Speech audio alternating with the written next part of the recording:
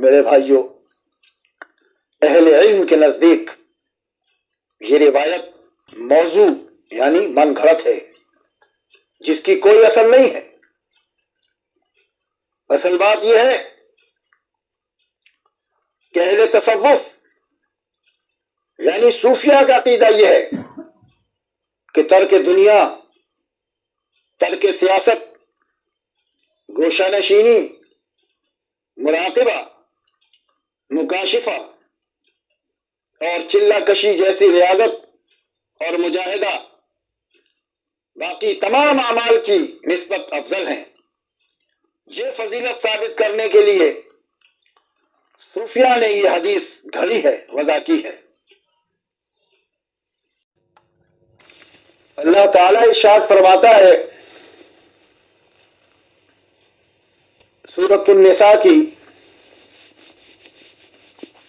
آیت نمبر 95 میں کہ کسی عذر کے بغیر گھروں میں بیٹھ رہنے والے مومن اور جان و مال سے اللہ تعالیٰ کی راہ میں جہاد کرنے والے مومن برابر نہیں ہو سکتے۔ اللہ تعالیٰ نے اپنے مالوں اور جانوں سے جہاد کرنے والوں کو گھر بیٹھ رہنے والوں پر فضیلت عطا فرمائی ہے۔ دیکھا میرے بھائیو، اللہ کے رسول صلی اللہ علیہ وسلم کا ارشاد ہے کہ ایمان لانے کے بعد سب سے افضل عمل جہاد فی سبیل اللہ ہے۔ یہ بخاری کی روایت ہے۔ صحابہ رضی اللہ عنہم نے عرض کیا کہ اللہ کے رسول صلی اللہ علیہ وسلم کون سے اعمال سب سے بہتر ہیں؟ آپ صلی اللہ علیہ وسلم نے ارشاد فرمایا کہ اللہ اور اس کے رسول پر ایمان لانا۔ صحابہ رضی اللہ عنہم نے عرض کیا اس کے بعد کون سا عمل افضل ہے؟ تو آپ صلی اللہ علیہ وسلم نے ارشاد فرمایا جہاد، یعنی نیک اعمال کی کوہان ہے۔ جہاد اعمال کی کوہان ہے، یعنی سارے نیک اعمال میں سے افضل ہے۔ یہ ترمذی کی روایت ہے۔ ایک آدمی نے عرض کیا کہ اللہ کے رسول صلی اللہ علیہ وسلم مجھے کوئی ایسا عمل بتائیے جس کا ثواب جہاد کے برابر ہو۔ تو آپ صلی اللہ علیہ وسلم نے ارشاد فرمایا ایسا کوئی عمل نہیں۔ یہ بخاری کی روایت ہے۔ عن اسامہ بن زید رضی اللہ عنہ قال اشرف النبی على اتمی من افام المدینة فقال هل ترون ما ارى؟ قالوا لا۔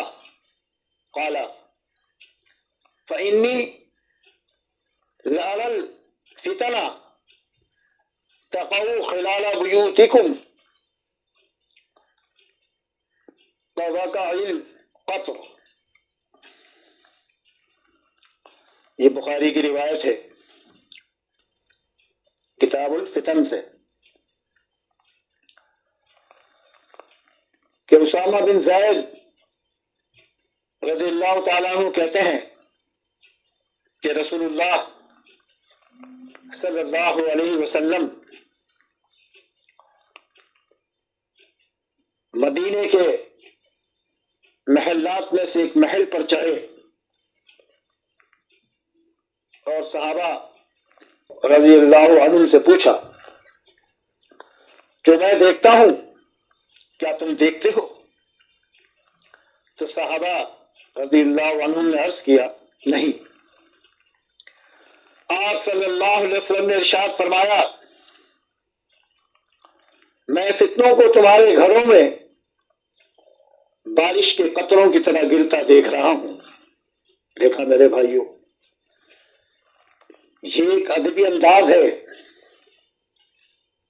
اللہ کے رسول صلی اللہ علیہ وسلم نے بتلایا ہے۔ فتنہ کہتے ہیں آزمائش کو، یعنی ایک وقت ایسا آنے والا ہے کہ تم آزمائشوں میں گھیر لیے جاؤ گے، فتنے ہی فتنے ہوں گے۔ قیامت سے پہلے ہر جگہ تمہیں آزمایا جائے گا،